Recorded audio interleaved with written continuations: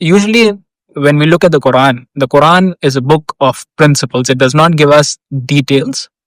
But in this ayah, we see that Allah has given us significant amount of details on how to write down a debt, who should be responsible for a debt. Allah has gone into a lot of details. And now, what's interesting to note is that we have Imam Sayyid ibn al-Musayyib, who's known as the leader of the Tabi'een. He says that this ayah of 10, it's one of the last ayat to be revealed to the Prophet ﷺ. Right? So we've had the foundation building of Aqidah, of Tawheed, of how we live our lives. And at the very end of the Medinan phase, we had this ayah that was revealed. Now, then or debt, what does it even mean? It comes from the root word of dal ya noon, which if you look at it, it refers to subjugation or humiliation also, right? And if you look at it from a technical perspective, you have Imam Ibn Qudama in his Al-Mughni. He defines it as a financial obligation that is established as a liability due to a claim or otherwise. Now, if we mix both the linguistic as well as the technical meanings together, we would see that the debtor who has borrowed the money, he remains under a form of subjugation or a form of, let's say, humiliation. We have it naturally also that we've taken money from someone till he's paid back the money.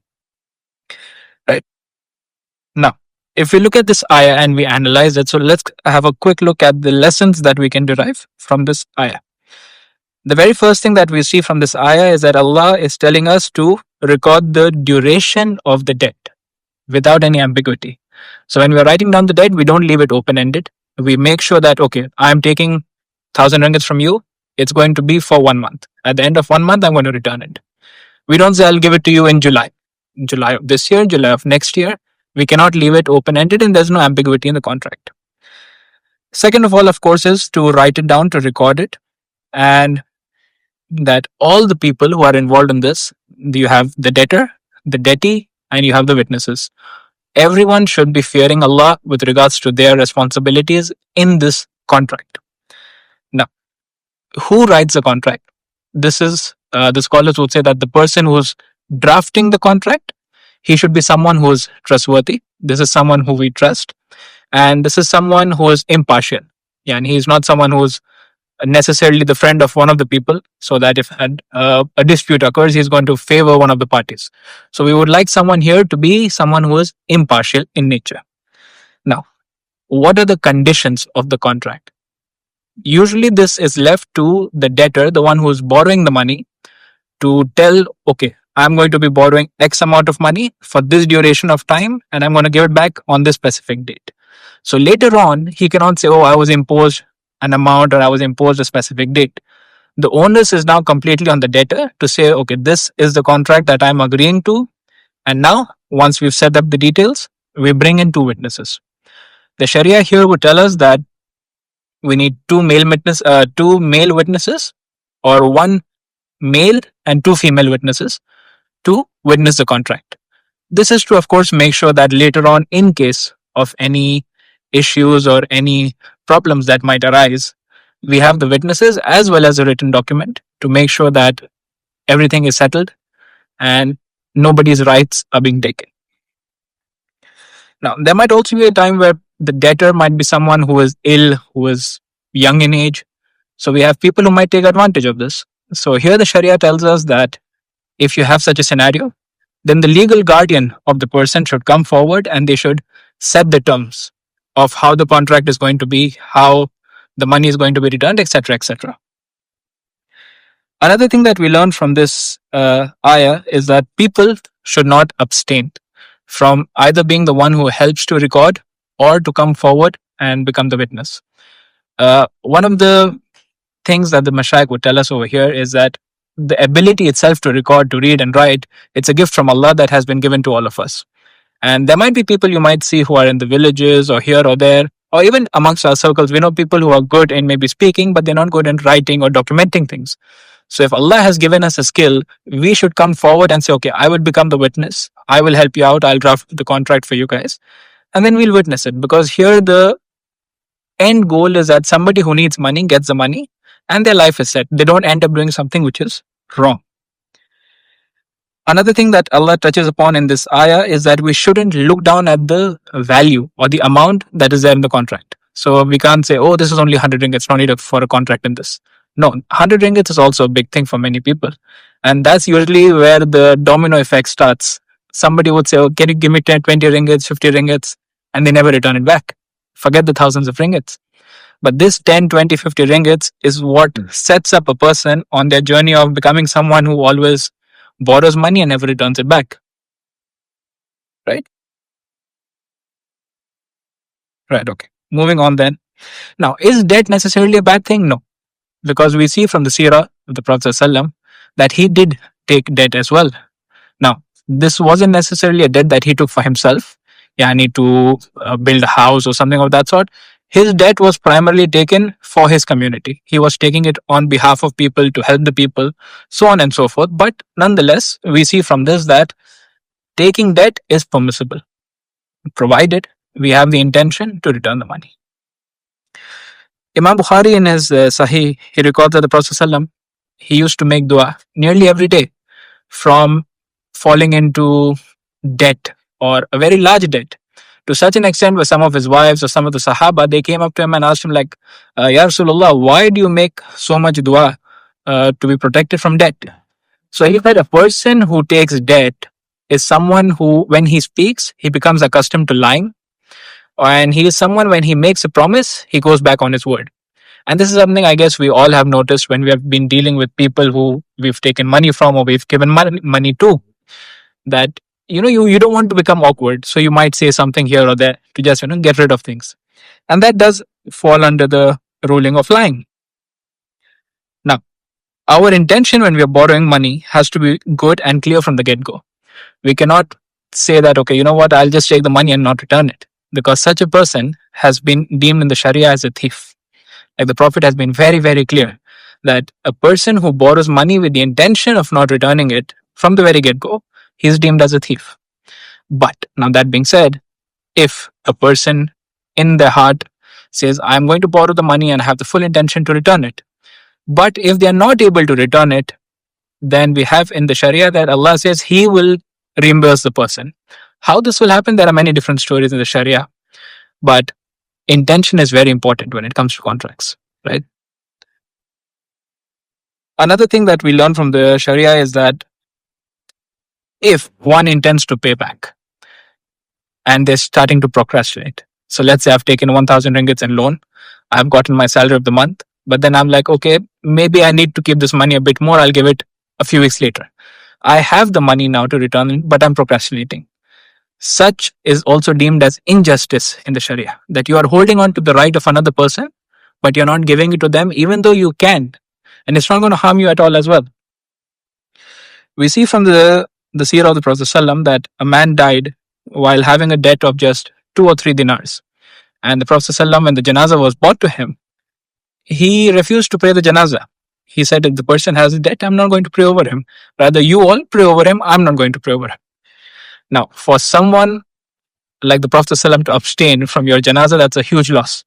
So seeing this, some of the other Sahabi like Abu Qatada, he came forward and he said, Ya Rasulullah, I will take onus, I'll take the ownership of this debt. Please pray on his behalf, the janazah.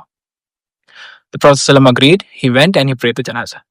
But the next few days, every day he kept asking Abu Qatada, did you pay? Did you pay? Did you pay? And eventually, when Abu Qatada did pay, the Prophet ﷺ said, now his soul has found rest. So this shows us that this is a person, he's a Sahabi who has passed away. He's from the blessed generation of the Prophet ﷺ. This is a person whose soul was held in limbo. There's another hadith where the Prophet ﷺ says, the one who is in debt, till the debt is paid off, the soul is held in limbo. So here we match the two hadiths together, and here we see that the soul was held in limbo all these days, even though the ownership of the debt was taken by another person. Till the debt wasn't paid, the soul was being held. This could be someone who's going to Jannah, but maybe by 5, 10, 50 ringgits, it's not able to move forward. Right? So we should never look down on the amount of the debt.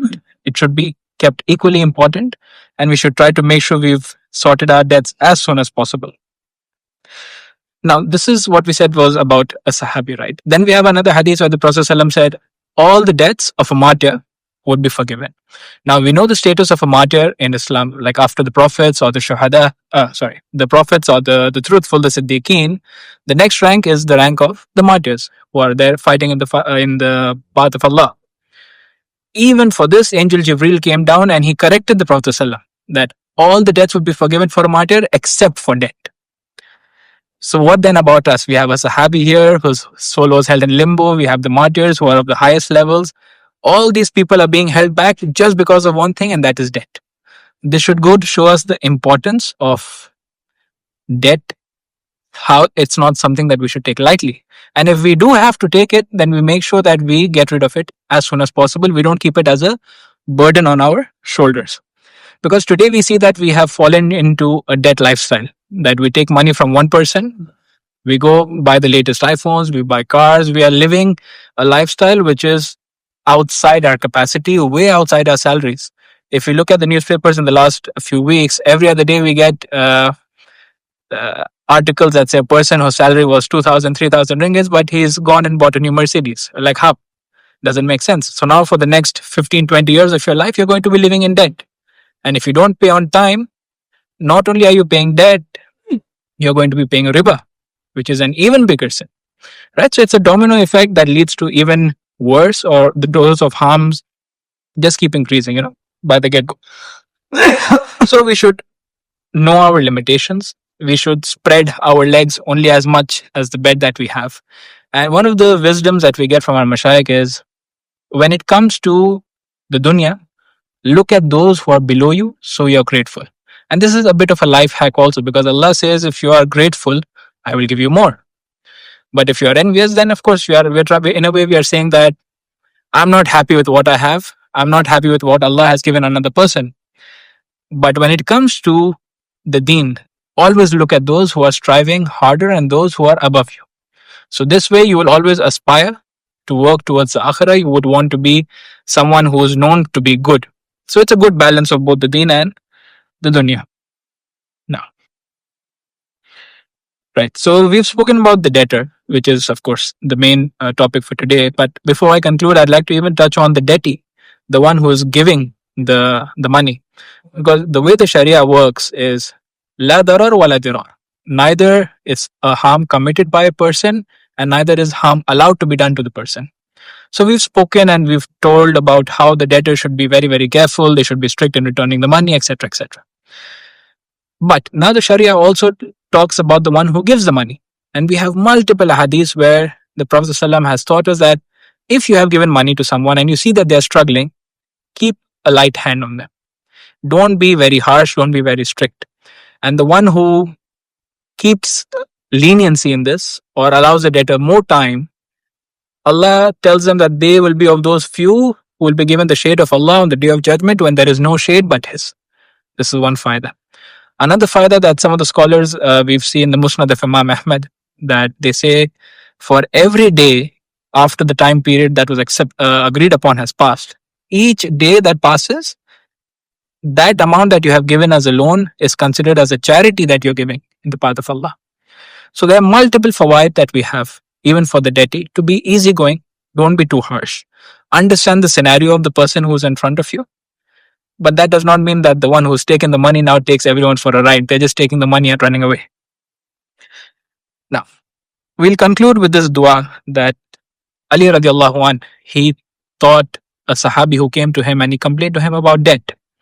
So he said, should I not teach you a few words that the Prophet ﷺ taught me, that if you have debt, even the size of a mountain, Allah will take care of it for you.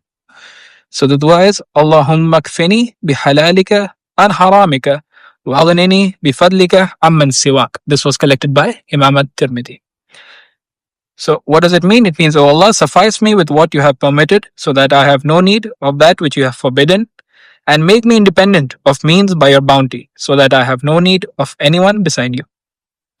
Now, before we conclude, one thing that we can take as a call to action or a practical point from today is we go back home, we make sure that we try and sort out all our debts in this month of Ramadan.